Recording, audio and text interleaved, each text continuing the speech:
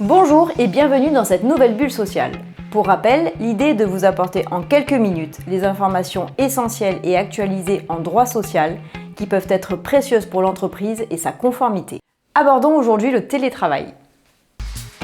On observe la recrudescence de l'usage du télétravail par les salariés au sein des entreprises et ce depuis l'épisode Covid. Le télétravail est même devenu aujourd'hui un critère incontournable pour les candidats à un emploi.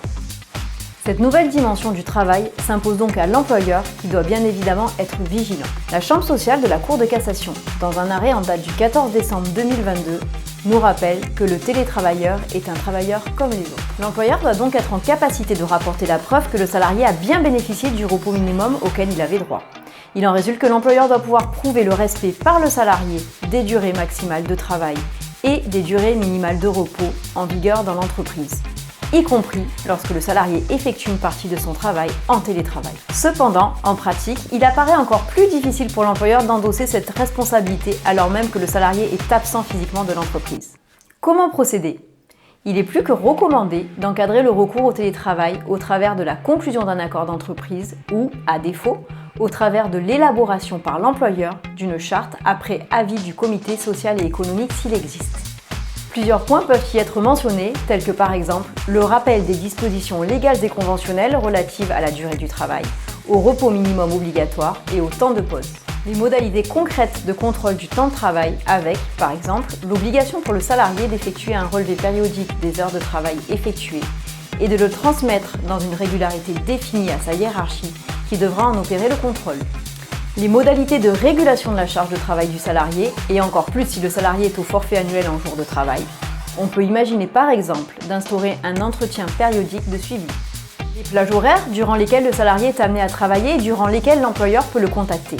Ainsi, les périodes de travail seront bornées. Mise en place de moyens techniques permettant de limiter le travail en dehors des périodes de travail définies.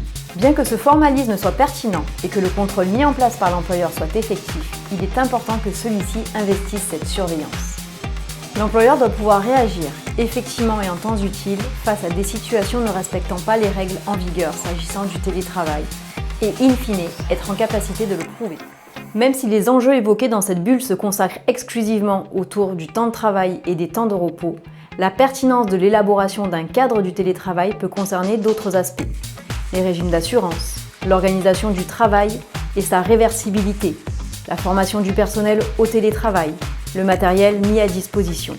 Le salarié en télétravail étant un salarié comme les autres, encadrer le télétravail participe de la mise en œuvre par l'employeur de son obligation de sécurité. Les enjeux ne sont donc pas négligeables. J'espère que cette bulle sociale vous aura alerté sur le fait qu'il est très important d'encadrer le télétravail dans l'entreprise.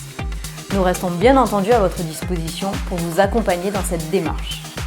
En espérant que cette bulle sociale ait pu, tels nos engagements, en quelques minutes vous être utile, nous vous disons à très vite pour notre prochaine bulle.